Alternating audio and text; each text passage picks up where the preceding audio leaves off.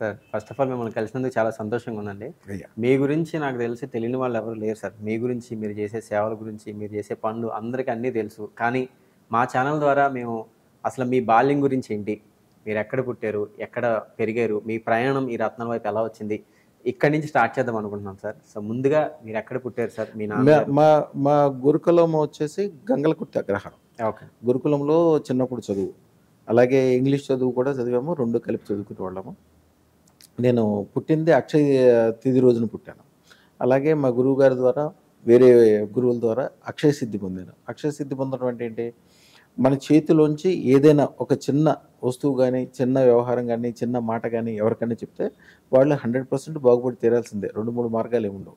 ఒక చిన్న విత్తనాన్ని తీసుకొని భూమిలో పాతితే దాంట్లోంచి ఒక మొక్క మొలిసి, దాంట్లోంచి అనేక విత్తనాలు ఒక మామిడికాయ టెంక పెడితే మామిడి చెట్టు వచ్చి అనేక కాయలొచ్చి దాంట్లో ప్రతి దాంట్లో మళ్ళీ టెంక ఉంటది.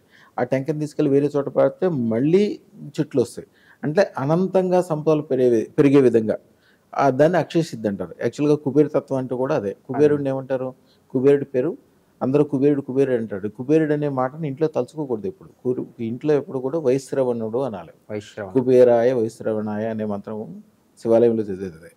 శివాలయం కాదు. ఏ దేవుడికి పూజ చేయాలన్నా కూడా ఫస్ట్ ఆయన మంత్రం చదువుతారు. ఆయన్ని ఇంట్లో చదివేటప్పుడు విత్తేశ్వరాయ అనాలి. మన ఇంట్లో డబ్బుల్ని మనం ఏమంటాం? విత్తము అంటాం. విత్తం అంటే డబ్బులు.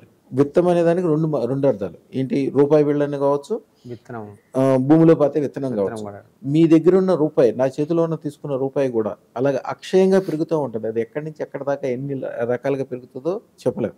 అంత గొప్పగా పెరుగుతుంది కాబట్టి చిన్నప్పటి నుంచి మా గురువులు కావచ్చు, పక్కన ఉండే ప్రెసిడెంట్లు కావచ్చు, వ్యాపారస్తులు కావచ్చు, వ్యవహారస్తులు గానీ ఎవరైనా సరే ఏదైనా వ్యాపారం చేయాలన్నా, వ్యవహారం చేయాలన్నా నా దగ్గరికొచ్చి ఆ రోజుల్లో రూపాయి అంటే చాలా ఎక్కువ. ఆళ్ళే రూపాయి బిళ్ళ తీసుకొచ్చి నా చేత్తో తీసుకొని, ఆళ్ళ చేత్తో తీసుకొని పసుపు బొట్టు పెట్టించుకొని దండం పెట్టుకొని వెళ్ళేవాళ్ళు. చిన్నప్పుడు నాకు చిన్న వయసు అప్పుడు కూడా పెద్ద పెద్ద వయసు 80, 90 సంవత్సరాల వయసోళ్ళు కూడా తీసుకెళ్ళేవాళ్ళు అట్లా. అది ఒక్కసారి మన దగ్గర నుంచి ఏదైనా ఒక వస్తువు గానీ, ఒక అదృష్టరత్నం గానీ, ఒక రూపాయి గానీ తీసుకెళ్తే వాళ్ళ జీవితంలో మళ్ళీ డబ్బు కోసం వెనక్కి తిరిగి చూసే సందర్భమే రాదు. ఎక్కడి నుంచి ఎక్కడికెళ్తారో, ఎన్ని సంపదలు సంపాదిస్తారో, సంపదలంటే ఓన్లీ ధనమనే కాదు.